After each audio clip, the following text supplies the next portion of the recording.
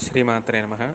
కాబట్టి ఈ విధంగా ఆ పేర్ల బట్టే అయి ఈ ఉపాసన యొక్క స్వరూపం కూడా తెలుస్తుంటుంది. ఇప్పుడు మొదలుపెడితే మొదటగా రాక్షసుడు అంధతామిశ్రకం నామ మహాస్త్రం ప్రమోచసః. అంధతామిశ్రం అనేటువంటి ఒక గొప్ప మహాస్త్రాన్ని వేశాడనమాట. అంధతామిశ్రం అంటే చీకటి. భయంకరమైనటువంటి చీకటిని ఒక బాణంగా ప్రయోగించాడు. అప్పుడు దానికి బదులుగా అమ్మవారు మహాతరణి బాణేన తన్నునోద మహేశ్వరి. దానికి సమాధానంగా అమ్మవారు మహాతరణి అనే గొప్ప అస్త్రాన్ని ప్రయోగించారన్నమాట. తరణి అంటే సూర్యభగవానుడు. సూర్యభగవానుడు అంధకారాన్ని పోగొట్టేవాడు కాబట్టి దానికి బదులుగా అమ్మవారు ఈ అస్త్రం ప్రయోగించారు. తర్వాత రాక్షసుడు పాషండాస్త్రం మహావీర భండ ప్రముముచే రణే. ఈ రాక్షసుడు పాషండాస్త్రాన్ని ప్రయోగించాడు. పాషండులు అంటే వేద బాహ్యులు అనమాట. అంటే వేదం చెప్పేటువంటి కర్మల్ని కానీ వేద యొక్క ప్రామాణ్యాన్ని అంగీకరించేటువంటి వాళ్ళు. అదొక అసుర ప్రవృత్తి. దానినే ఒక అస్త్రంగా ప్రయోగిస్తే దానికి బదులుగా అమ్మవారు గాయత్ర్యస్త్రం తస్య నృత్యై సస్మార జగదంబిక. ఇక్కడ ఆ పాషండాస్త్రానికి బదులుగా అమ్మవారు ప్రయోగించినటువంటి అస్త్రం ఏంటంటే గాయత్రి అస్త్రం. గాయత్రి అస్త్రం అంటే గాయత్రి మంత్రమే. ఇక్కడ అస్త్రం అంటే మంత్రం అనే అర్థం అనమాట. అవతల ఒక సమస్యకి ఇక్కడ తరణి, మహాతరణి అస్త్రం అంటే సూర్య మంత్రం అని అర్థం. గాయత్రి అస్త్రం అంటే గాయత్రి మంత్రం అని అర్థం అనమాట. అలా అర్థం తీసుకుంటూ ఉండాలి ఇక్కడ. అంటే గాయత్రి ఆవిడ వేదమాత కాబట్టి ఆ వేద బాహ్యతనానికి, వేద విరుద్ధతనానికి ఆ వేద మాతనే ఆవిడ అస్త్రంగా ప్రయోగించింది అని అర్థం. తరువాత అంధాస్త్రం అసృజత్ బంఢ శక్తి దృష్టి వినాశనం. ఇప్పుడు శక్తిసేనలపై వాళ్ళ యొక్క దృష్టి పోగొట్టాలని చెప్పి అంధాస్త్రం అని వేశాడనమాట భండాసురుడు. అంధత్వం అంటే గుడ్డిదనాన్ని కలిగించేది. చక్షుష్మతి మహాస్త్రేణ శమయామాస తత్ప్రసూహు. అమ్మవారు దానికి బదులుగా అంటే ఆ అస్త్రానికి విరుగుడుగా అస్త్రం పనిచేయకుండా చక్షుష్మతి అనే మహాస్త్రాన్ని ఆవిడ ప్రయోగించారు. అంటే చక్షుష్మతి మంత్రం అనమాట. ఇక్కడ లలితాపాఖ్యానంలో అమ్మవారి యొక్క స్వరూపం, అమ్మవారి యొక్క ధ్యాన శ్లోకాలు ఇవన్నీ కూడా ఇచ్చారు. ఈ విధంగా మూడవది. ఇప్పుడు నాలుగవది, ఆ రాక్షసుడు ఏం చేశాడంటే శక్తి నాశాభిధం భండ ముమోచాస్త్రం మహారణే. శక్తి నాశం అంటే శక్తిని పోగొట్టేటువంటిది, శక్తిహీనత కలిగించేటువంటి ఒక అస్త్రాన్ని ప్రయోగించట. దానికి బదులుగా అమ్మవారు విశ్వావసో రథాస్త్రేణ తస్య దర్పం తస్య దర్పం అపాకరోత్. విశ్వావసు అని ఒక గంధర్వుడు, ఆయన యొక్క మంత్రం అనమాట. విశ్వావసు అస్త్రం. ఆ అస్త్ర ప్రయోగం చేశాము. ఆ శక్తినాశాస్త్రానికి బదులుగా ఈ అస్త్రం ప్రయోగించి దాని యొక్క ప్రభావాన్ని పోగొట్టారనమాట.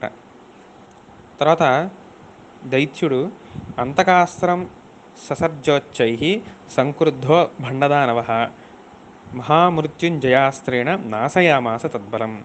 వాడు ఏం చేశాడంటే అంతకము అంటే మృత్యుని కలిగించే ఒక అస్త్రాన్ని ప్రయోగించాడు కోపం వచ్చి భండాసుడు.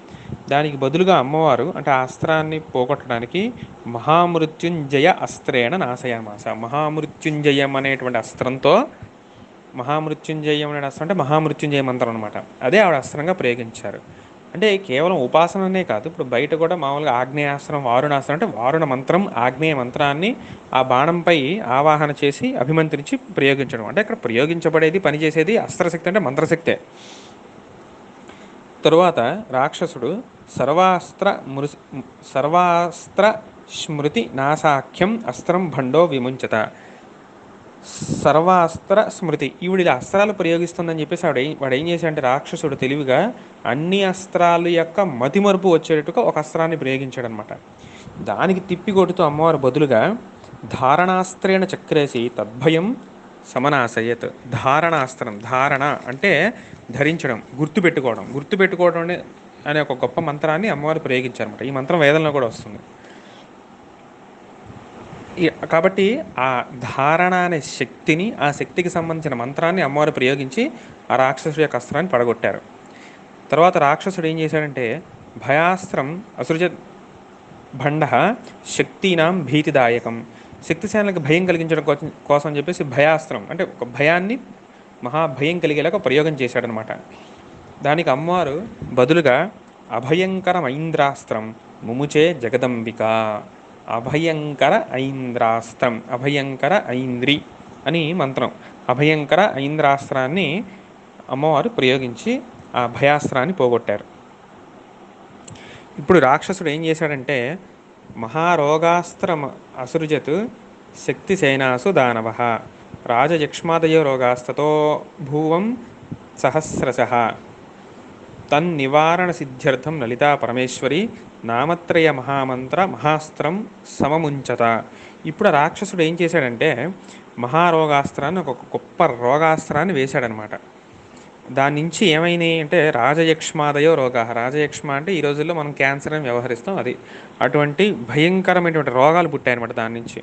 అప్పుడు లలితా పరమేశ్వరి అమ్మవారు తన నివారణ సిద్ధ్యర్థం దాన్ని పోగొట్టాలని చెప్పేసి నామత్రయ మహామంత్ర మహాస్త్రం సమముంచత, నామత్రయ మహామంత్రం అనే ఒక గొప్ప అస్త్రాన్ని ప్రయోగించారన్నమాట. దేనికి బదులుగా అంటే ఈ రోగాస్త్రానికి బదులుగా నామత్రయ మహామంత్ర అస్త్రం అంటే 3 నామాలు కలిగినటువంటి ఒక మహామంత్రం అనమాట. దాన్నే అస్త్రంగా ప్రయోగించారు. ఏంటిదంటే అచ్యుతశ్చ ప్యనంతశ్చ గోవిందస్తచ్చరోత్థితా ఓంకార మాత్ర నిర్దగ్ధ రోగాస్తా మనమన్ముదా అని.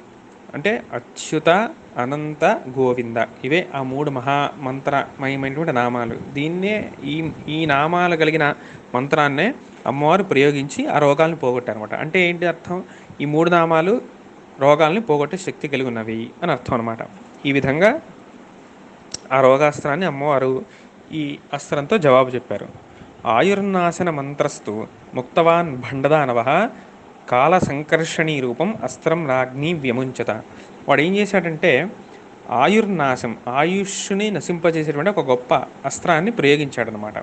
దానికి బదులుగా అమ్మవారు కాల సంకర్షణీ రూపం అస్త్రం రాజ్ఞి విముంచత, దాన్ని ఆ అస్త్రాన్ని పడగొట్టేది అంటే ఆ అస్త్రానికి బదులుగా కాల సంకర్షణి అనబడేటువంటి అస్త్రాన్ని అమ్మవారు వేశారు. ఇది రుద్రమంత్రం.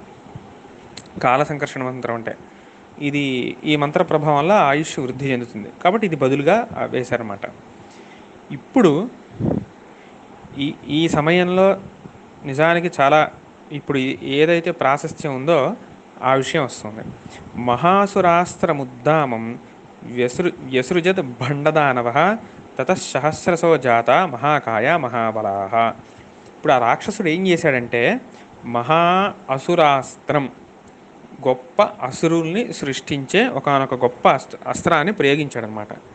దాని నుంచి మహాకాయ మహాబలాహ, గొప్ప శరీరం కలిగి గొప్ప బలములు కలిగినటువంటి వాళ్ళు పుట్టారు. ఎవరు వాళ్ళంటే మధుశ్చ కైటభశ్చైవ మహిషాసుర ఏవచ ధూమ్రలోచన దైత్యశ్చ చండముండాదయోసురాహ.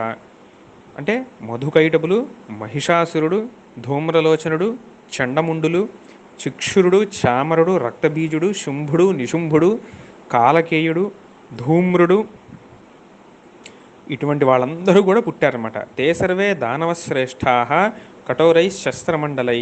వీళ్ళందరూ కూడా ఏం చేశారు? గొప్ప గొప్ప ఈ శస్త్రాలు తీసుకెళ్ళి శక్తిసేనాం మర్దయంతో నర్దంతశ్చ భయంకరం. వీళ్ళందరూ కూడా ముందర శక్తిసేనల్ని భయపెడదామని చెప్పి శక్తిసేన మీదకి వెళ్ళారన్నమాట. అంటే ఈ పేర్లు నిజానికి వింటే అది వరకు చండికా అమ్మవారు సంహరించిన వాళ్ళే వీళ్ళందరూ కూడా. అంటే ఇప్పుడు ప్రస్తుతం ఏదైతే ఈ చండీ పారాయణ, చండీ హోమాలు జరుగుతూ ఉంటాయో ఈ సమయంలో ప్రధానంగా ఆ అమ్మవారి చరిత్రలో వచ్చే రాక్షసులు వీళ్ళందరూ కూడా. వాళ్ళని మళ్ళీ అంతమందిని పుట్టించాడు భండాసుడు ఒక అస్త్రంతో.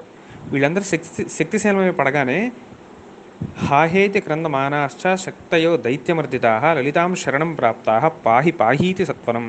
వీళ్ళందరూ కూడా శక్తిసేన మీద పడేసరికి శక్తిసేనలో అమ్మవారిని ఆశ్రయించారన్నమాట రక్షించమని. అది చూసి లలిత అమ్మవారు అథదేవి భృశం క్రుద్ధ రోషాట్టహాసమాతనోతు తతస్సముత్థితా కాచిత్ దుర్గానామ యశస్విని. ఇది చూసి అమ్మవారికి కోపం వచ్చి లలితా త్రిపుర సుందరి అమ్మవారికి గొప్ప అట్టహాసం చేశారట. అంటే బాగా భయంకరంగా నవ్వడం.